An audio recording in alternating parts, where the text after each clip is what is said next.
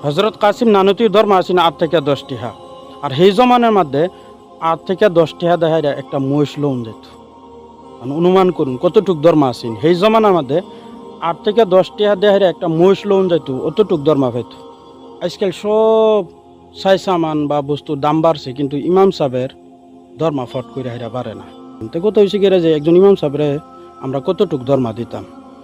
তো উলামা হজরাতে বলতেছেন যে অতটুক ধর্ম দিতাম যাতে একজন ইমাম সাহেব এবং মাদ্রাসার উস্তাদ যারা আছে তারা একশোর সহিত মনোযোগের সহিত যাতে এই কামের মধ্যে লাগিয়া থাকতেও পারে, যাতে অন্যদিকে নয়সয় না করুন লাগে।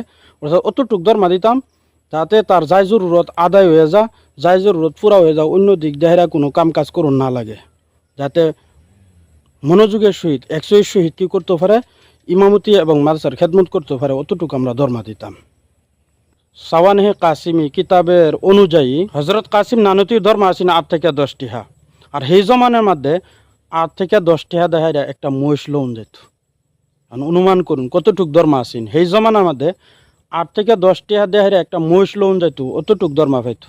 এমন তো আশরাফ আলী থানভী রহমতুল্লাহ আলাইহিরও ধর্ম আসিন আপনার 50 টিহা। হজরত আশরাফ আলী থানভী যখন 10 মাস মাদ্রাসার মধ্যে খেদমত করলেন, করার পরে দেখাইরা যখন 500 টিহা হিলার কাছে জমা হয়ে গেছে, তখন হিলার ওয়ালিদ মোহতারম অর্থাৎ উনার সম্মানিত পিতাকে চিঠি লিখলেন যে এখন আমার উপরে হজ ফরজ হয়ে গেছে। আচ্ছা, এখন আমরা দিমাগ লাগাই যে 8 থেকে 10 মাস যদি আমরা ইমামতি করি, আমরা কি 8 থেকে 10 মাসের ধর্ম দেয়রা কেউ আমরা হজ করতে পারাম? কোনো সম্ভব না। 8 থেকে 10 মাস কি 8 থেকে 10 বছরও যদি আমরা ইমামতি করি বর্তমানে যে ধর্ম, এই ধর্ম দেয়রা কোনো সময় আমরা হজ করতে পারতাম না। তে সেই সময় ধর্ম ঠিকই আসিন, সেই সময় আপনার সাই সামানের দামও কম আসিন, সেই হিসাবে তাদেরকে ধর্ম দেওয়া হয়েছে।